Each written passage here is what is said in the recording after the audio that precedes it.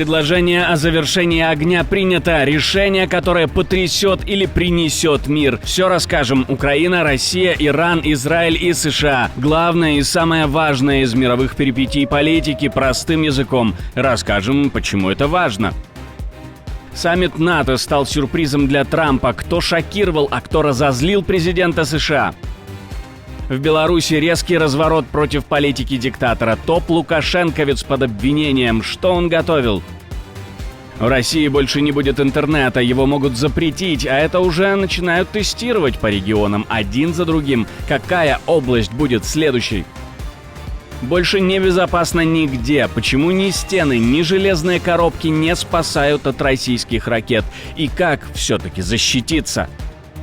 И многое другое. Самые важные и срочные новости, эксклюзивные подробности. Вы смотрите информационный выпуск «Нехта». Оперативно о событиях в России, Беларуси, Украине и мире. Раньше и понятнее других. Все, что нужно знать сегодня. Все правила рушатся, безопасно больше не будет. Российская армия теперь специально целится по гражданским. Оккупанты обстреляли пассажирский поезд Одесса-Запорожье.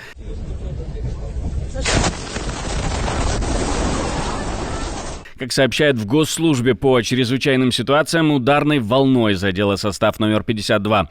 В момент атаки он находился недалеко от эпицентра взрыва. Пострадавших среди пассажиров и работников железной дороги, к счастью, нет, но несколько человек получили травмы и им оказывают помощь. Помимо этого, в городе серьезно повреждены 14 школ, больницы и частный сектор. В нескольких районах нарушено движение общественного транспорта. Глава Офиса президента Зеленского опубликовал видео с места удара, назвав происходящее очередным актом террора против мирных граждан. Россияне – террористы, маскирующиеся под государство исключительно для убийств и обогащения на войне. Кроме того, киевские спасатели говорят, что теперь две стены, за которыми раньше прятались от обстрелов, не спасают от российских ракет.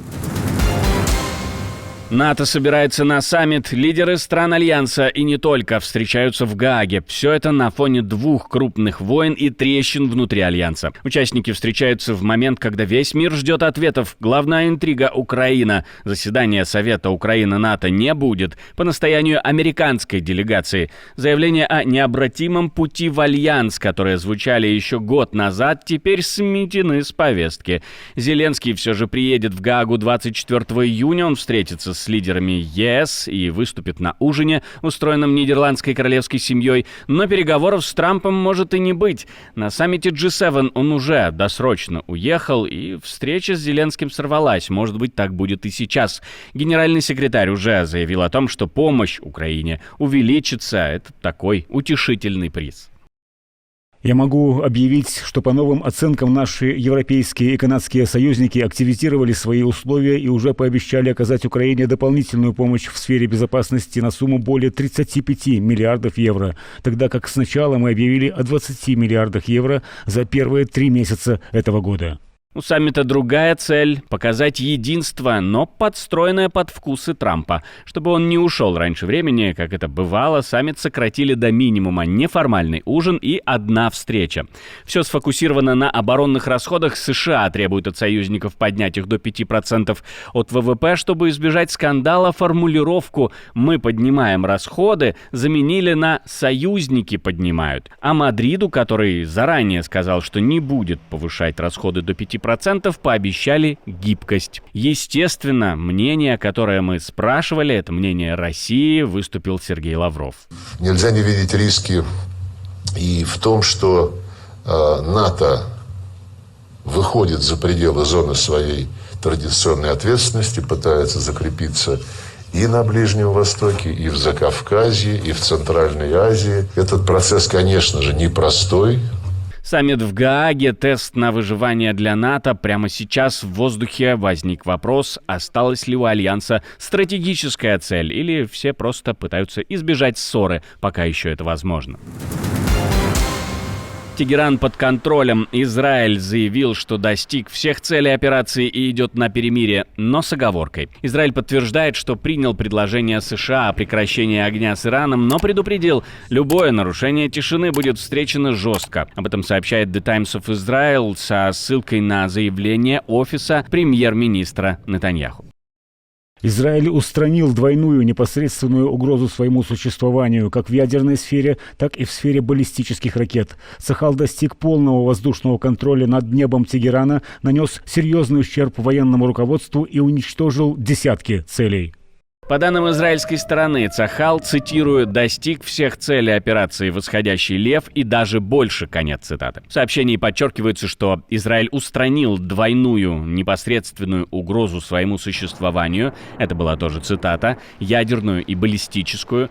Армия обороны Израиля утверждает, что получила полный контроль над воздушным пространством. Тегераном нанесла серьезный ущерб высшему командованию и уничтожила десятки целей. Подчеркивается необходимость сохранения высокой оперативной готовности и сдержанности на всех фронтах и вдоль всех границ. Боевые самолеты ВВС Израиля нанесли удары по десяткам военных целей в Тегеране в течение ночи и сбросили более 100 боеприпасов. В ходе операции мы нанесли очередной удар по зданию штаба «Спанда», которое используется для разработки технологий и средств ведения боевых действий для иранского режима. Также впервые подтверждена ликвидация еще одного высокопоставленного иранского ученого-ядерщика. Но вместе с тем, министр обороны Израиля заявляет, что будет отвечать на обстрел, который был уже после оглашения перемирия. Правда, в Иране говорят, что ничего такого не делали. Никаких обстрелов, честно-честно. Генеральный штаб вооруженных сил отрицает факт запуска каких-либо ракет с территории Ирана в направлении оккупированных территорий в течение последних нескольких часов. Трамп в пух и прах разнес и Израиль, и Иран. Fox News опубликовал жесткое видео. Американский президент матом заявил, что обе стороны настолько увязли в конфликте, что сами не знают, что делают. Знаете, у нас есть две страны, которые сражаются так долго и так упорно, что не понимают, что они делают. Вы понимаете это? Больше всего, по словам Трампа, его бесит поведение Израиля. Слова президента вызвали бурную реакцию в обеих странах, но сам он, судя по видео, намерен поставить обе страны на место. Игра мускулами и многозначительными фразами продолжается, но тут Трамп замечает Медведева, и градус накала начинает падать. Чего не скажешь про градус напитков запасного президента РФ. Поводом для перепалки стало неоднозначное заявление Дмитрия Медведева, в котором он допустил, что другие страны могут передать Ирану ядерное оружие. Американский президент резко отреагировал, мол, неужели Медведев всерьез намекает, что Россия или кто-то еще собирается передать Тегерану боеголовки. Неужели я только что услышал, как бывший президент Медведев из России так буднично бросается словом на «я», «ядерное», и говорит, что он и другие страны будут поставлять ядерные боеголовки Ирану? Он действительно это сказал или мне это просто показалось? Если это подтвердится, пожалуйста, сообщите мне немедленно. Со словом на «я» не стоит обращаться так легкомысленно. Медведев поспешил ответить, цитирую, «Россия, в отличие от Израиля, подписан договор о нераспространении ядерного оружия. Мы поставлять ничего не собираемся». Конец цитаты. Но сразу добавил, я говорил не о России, а вообще в теории. Может такое случиться. И завершил туманной фразой «Нам точно не стоит спорить, у кого больше ядерного оружия». Крышевание наркоторговли, расследование вскрыло взятки, угрозы и сокрытие улик. Журналисты получили доступ к 80 томам так называемого «макового дела». В нем задержали 40 человек, но уже на допросах они начали рассказывать, что сами милиционеры и сотрудники ГУБОПИКа крышевали их бизнес, брали деньги и устраняли конкурентов. Один из фигурантов утверждал, что лично передавал топ-лукашисту до 110 тысяч долларов. Николай Карпенков, замминистра МВД и один из главных силовиков режима, как раз и оказался в центре расследования. Журналисты бюро выяснили, что именно он, будучи шефом наркоконтроля, крышевал опиумную торговлю и получал взятки на сотни тысяч долларов. Дело, которое должно было стать триумфом борьбы с наркотиками, обернулось схемой для набивания карманов. В центре схемы бывший следователь. По показаниям он получил более 350 тысяч долларов за прикрытие. Его даже не стали прослушивать. подслушивать, а в СИЗО он провел всего 3 дня. Когда журналисты попытались взять у него комментарии, он перешел на угрозы и истерику. Москва с Пекином продолжают делить Казахстан. Китайцы заходят на казахский шельф. Пекин и Астана подписывают контракт на добычу нефти в Каспийском море. Впервые крупная китайская компания CNOOC начинает инвестиции в Казахстан именно с геологоразведки. Совместно с Казмунайгазом они займутся проектом Жилы-Ой в северо-восточной части Каспия. Разведку и добычу нефти стороны реализуют на паритетных началах, при этом все расходы на первом этапе берет на себя китайская сторона.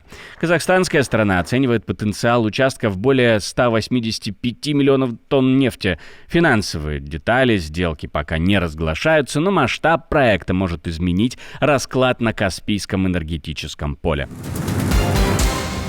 Мобильный интернет начали глушить по всей России, теперь и во Владивостоке. Почему это тревожный сигнал? Страна уходит в цифровую тень. Жители Приморья начали жаловаться. Мобильный интернет исчез. Официально власти заявляют, что это мера безопасности и все ради борьбы с угрозами. В Приморье к интернет-шатдаунам прибегли после взрыва в бухте Десантная, рядом с Владивостоком, где находится база Тихоокеанского флота. Как пишет проект «На связи», подобные отключения наблюдались в ряде регионов России, в ряде областей, и все это сделано якобы в рамках безопасности. По данным Washington Post, СБУ готовит операции против кораблей на Дальнем Востоке. Речь не просто о диверсиях, это стратегия на вынос российской военной инфраструктуры даже за тысячи километров от фронта. 1 июня, я напомню, Украина провела самую масштабную операцию за всю войну — «Паутина». Дроны атаковали стратегические аэродромы в глубине России, включая Мурманскую, Рязанскую и Иркутскую области. Отдельное спасибо, что досмотрели до конца. Спасибо за ваше доверие. Жду развернутых комментариев, лайков и репостов. Это важно, чтобы нас становилось больше.